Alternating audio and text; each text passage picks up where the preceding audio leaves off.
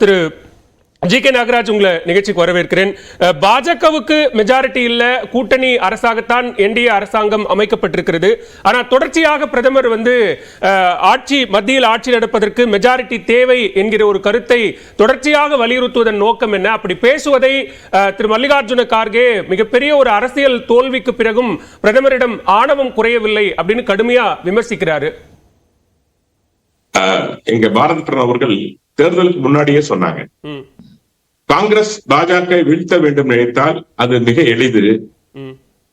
எப்படி எளிதுன்னா, நீ மக்களுக்கான தொலைநோக்கு பார்வையோடு செயல்படுங்கள், மக்களுக்கான நல்ல திட்டங்களை கொடுங்கள், மக்களுக்கான அரசியலை செய்யுங்கள். 60 ஆண்டு காலம் காங்கிரஸ் ஆட்சி செய்திருக்கிறது இந்தியாவை. நீங்கள் செய்ய தவறியது நாங்கள் செய்கின்றோம், அதனால் எங்களுக்கு வாய்ப்பளிக்கிறார்கள்.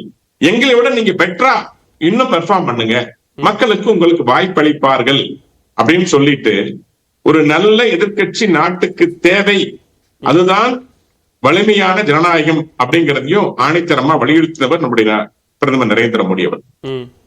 இன்னைக்கு பாரத பிரதமர் சொன்ன வார்த்தை, தேர்தலுக்கு முன்னதாக வலுவான அஸ்திவாரத்தை அமைத்திருக்கிறோம். பல இடர்பாடுகளை தாண்டி கடந்த ஆட்சி காலத்தில், கடந்த 10 ஆண்டுகளுக்கு முன்பாக காங்கிரஸ் செய்ய தவறியதையெல்லாம் சரி செய்து, இடிபாடுகளை சரி செய்து அஸ்திவாரத்தை பலப்படுத்தி இருக்கிறோம். அடுத்த 5 ஆண்டு காலம் நாங்கள் உயரமான கட்டிடத்தை, ஒரு வலுவான இந்திய நாட்டை உருவாக்க போகிறோம் அப்படின்னு சொல்லி கடந்த முறை அவங்க தேர்தலுக்கு முன்பாக சொன்னார். ஆனா இந்திய கூட்டணியை பொறுத்த வரைக்கும் நீங்க பாத்தீங்க அப்படின்னா, அவர்கள் நோக்கம் எல்லாம் ஒன்றாக இருந்தது. ஒன்றே ஒன்று, மோடி எதிர்ப்பு. மோடி எதிர்க்க வேண்டும், மோடி பிரைம் மினிஸ்டராக வரக்கூடாது. உங்களுடைய நோக்கம் என்ன, கொள்கை என்ன, மக்களுக்கு என்ன சொல்ல வரீங்க, என்ன செய்ய வரீங்க, உங்களுடைய எதிர்கால திட்டம் என்ன, எதை பத்தியும் அவங்க பேசல. இதுவரை எதிர்கட்சியாக இருந்தவர்கள், எலியும் பூனையாக இருந்தவர்கள், கீரியும் பாவமாக இருந்தவர்கள், காங்கிரஸ், திரிணாமுல் காங்கிரஸ், ஆம் ஆத்மி கட்சி, கம்யூனிஸ்ட், எல்லோரும் ஒண்ணு சேர்ந்தார். எல்லோரும் சொல்றாரு, 10 ஆண்டு கால ஆட்சி தான் கிட்டத்தட்ட எமர்ஜென்சி ஆட்சி காலம் மாதிரி, அதுக்குதான் மக்கள் உங்களுக்கு பரிசு கொடுத்து உங்களுக்கு பெரும்பான்மை கிடைக்காம பண்ணிருக்காங்க அப்படிங்கிறாரு. நாளைக்கு எமர்ஜென்சி தினம். எமர்ஜென்சி காங்கிரஸ் கொண்டு இங்க இருக்கிற திமுக, நம்ம முதல்வர் உட்பட கடுமையாக பாதிக்கப்பட்ட அந்த நாள் நாளை. அதை நாங்கள் கருப்பு தினமா கொண்டாடுறோம். எமர்ஜென்சி அறிவித்தது காங்கிரஸ். அவர்களுக்கெல்லாம் ஜனநாயகம் குறித்து பேச அருகதையே கிடையாது. நான் வெளிப்படையாக சொல்லேன், அந்த அளவுக்கு ஒரு மிக மோசமான ஒரு ஜனநாயகத்தை வழிநடத்தவர்கள். எத்தனை முறை ஆட்சியை கலைத்திருக்கிறார்கள், எப்படியெல்லாம் ஆட்சியை கலைத்தார்கள். தமிழகத்தில் எத்தனை முறை ஆட்சியை கலைத்தார்கள். எம்.ஜி. ராமச்சந்திரன் ஆட்சியை கவிழ்த்தார்கள்.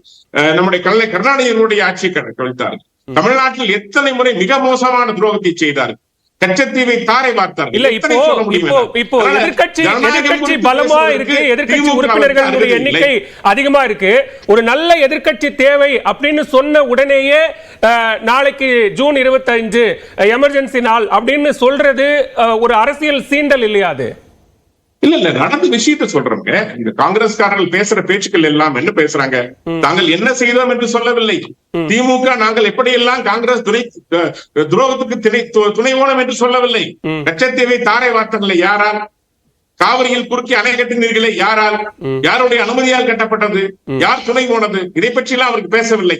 தமிழ்நாடு வறட்சியில் வாடுகிறது, அரிசி உற்பத்தி குறைந்து விட்டது, 1 கிலோ அரிசி 80 ரூபாய்க்கு வந்து விட்டது, யாரால்? அதை பற்றி எல்லாம் பேசவில்லை. மோடி சிறுபான்மை பெற்று விட்டார், மோடி ஆட்சி எண்ணிக்கை குறைந்து விட்டது. எண்ணிக்கை குறைந்தது உண்மை, ஆனால் எங்களுடைய பாரத பிரதமருடைய ஆட்சி வலுவாக இருக்கிறது. நல்ல சிறப்பான கூட்டணி வலுவாக இல்லாத காரணத்தால் தான் நல்ல எதிர்க்கட்சி தேவை என்கிற கோரிக்கையை பிரதமர் முன்வைக்கிறாரு. ஜனநாயக பூர்வமா ஆக்கப்பூர்வமா விவாதம் நடத்தலாம் வாங்க அப்படிங்கிற நிலைக்கு இறங்கி வந்திருக்கிறார். இது கடந்த 10 ஆண்டு காலத்துல அந்த பெரும்பான்மை பலத்தோடு இருந்த போது இல்லாத அந்த சூழல் இறங்கி இருக்கு அப்படிங்கிறாங்க.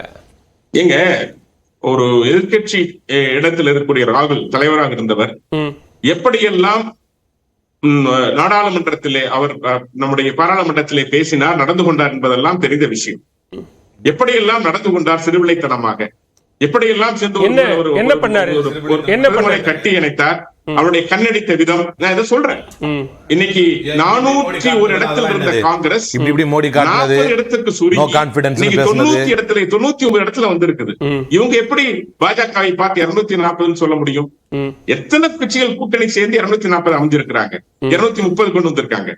தனியாக பாஜக மட்டும் அந்த கூட்டணியிலே 240 பெற்று இன்னைக்கு எங்களுடைய எண்ணிக்கை 303. நான் சொல்றேன் ஒன்று, இதெல்லாம் விட தாண்டி ஒரு 10 ஆண்டுகால ஆட்சியில எப்படி நாங்கள் குறைந்தோம் அப்படின்னு சொல்ல முடியும், ஆனால் எப்படி நாங்கள் அதிகமாயிருப்போம்னு சொல்ல முடியும். இன்னைக்கு அருணாச்சல நாங்க மாபெரும் வெற்றியை பெற்றிருக்கிறோம்.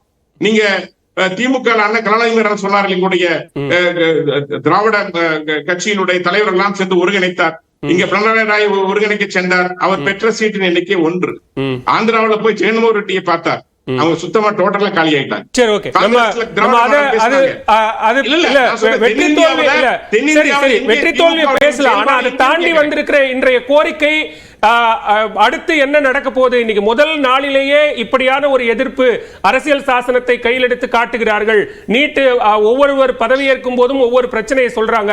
ராகுல் காந்தி பட்டியல் போடுறார், 15 நாட்களில் 10 பிரச்சனைகள், ரயில் விபத்து, நீட்டு, தேசிய தேர்வு முகமையில இவ்வளவு பெரிய முறைகேடு அப்படின்னு ஒரு 10 விஷயங்களை பட்டியலிடுறாரு. அப்போ அடுத்தடுத்ததாக சிக்கல்கள் காத்திருக்கிறது, சவால் காத்திருக்கிறதுன்னு தானே அர்த்தம். பாருங்க, தீவிரவாதத்தை குறித்து இங்க பாம்பு வெடிச்சிருச்சு, இங்க குண்டு வெடிச்சிருச்சு அப்படின்னு சொல்ற அளவுக்கு காங்கிரஸ் நிலைமை இங்க இல்ல. இன்னைக்கு அமைதியான பூங்காவாக இந்தியா மாறி இருக்கிறது. இன்னைக்கு பல இடங்கள்ல தீவிரவாதிகள் உள்ள வர முடியாத நிலைமை உருவாகி இருக்கிறது. காஷ்மீரில் 2 இடங்களில் பாஜக வெற்றி பெற்று வந்திருக்கிறது. இன்னும் சொல்ல போனா வலுவான பொருளாதார நாடாக இந்தியா மாறி இருக்கிறது. இன்றைக்கு ஏறக்குறை 5ஆம் இடத்தில் இருக்கிறது, 3ஆம் இடத்தை நோக்கி போய்கொண்டிருக்கிறது. இன்னும் நான் சொல்ல முடியும், உலக தலைவர் தலைவராக நம்முடைய மோடி அவர்கள் உருவாகி இருக்கிறார். அது இந்தியாவின் வலிமைக்கு அடையாளம், இந்தியாவுக்கு கிடைத்த மரியாதை. நான் தான் சொல்ல வரேன். அதனால நீங்க அதையெல்லாம் ஒரு பெருமைப்படாத விஷயத்தை விட்டுட்டு சின்ன விஷயம் நீட் தேர்வு நடந்து விட்டது. நீட் தேர்வு நடந்த விஷயங்கள் எலாபரேட்டா பேசப்படுது. சின்ன விஷயங்கள் தவறுதான். அமைச்சரை பார்த்து ஷேம்னு சொல்றாங்க பாராளுமன்றத்தில். நம்ம பேசலாம். ஆனா திரியாகராஜ், நான் முதற்கட்ட பார்வையை எடுத்துக்கிறேன், நம்ம தொடர்ந்து பேசலாம். திரு ஷபீர், இங்க நல்ல எதிர்க்கட்சி தேவை அப்படின்னு சொல்லிட்டு உடனடியாக எமர்ஜென்சியை நினைவூட்டுகிறார். இந்த பக்கம் கார்கே 50 ஆண்டு காலத்துக்கு முன்னாடி பேசுறீங்க, கடந்த 10 ஆண்டு கால ஆட்சி தான் எமர்ஜென்சி ஆட்சி, அதனாலதான் மக்கள் உங்களை புறந்தள்ளி இருக்கிறாங்க அப்படின்னு பேசுறது. இன்றைக்கு நாடாளுமன்றத்தினுடைய முதல் நாளே இப்படியாக அமைந்திருப்பது அப்படிங்கறத நம்ம எப்படி புரிஞ்சுக்கணும்?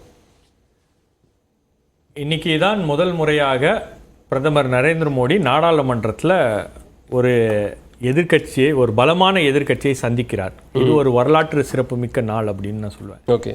ஏன்னா அவர் பதவியேற்கும் போது, மெம்பராக அவர் பதவியேற்கும் போது கான்ஸ்டியூஷனை எடுத்து காமிக்கிறது அப்படின்றது மீண்டும் அவரை நினைவுபடுத்துகிறாங்க. அதாவது அரசியல் சாசன சட்டம் தான் பிரதானமானது, அரசியல் சாசன சட்டம் தான் உயர்வானது, அதுதான் சுப்ரீம் அப்படின்ற அந்த கருத்தை இன்னைக்கு ஆப்போசிஷன் பார்ட்டி ரொம்ப வலுவாக வச்சுருக்காங்க.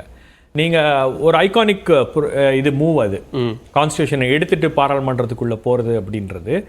ஸோ இன்றைக்கி தான் அந்த எதிர்க்கட்சி வரிசையில் எதிர்க்கட்சிகள்லாம் இருக்கிறாங்க அப்படின்றதை இவங்களை எப்படி சமாளிக்க போகிறோம் அப்படின்ற ஒரு பயம் என்பது பாஜகவுக்கு உருவாகி இருக்கிறது.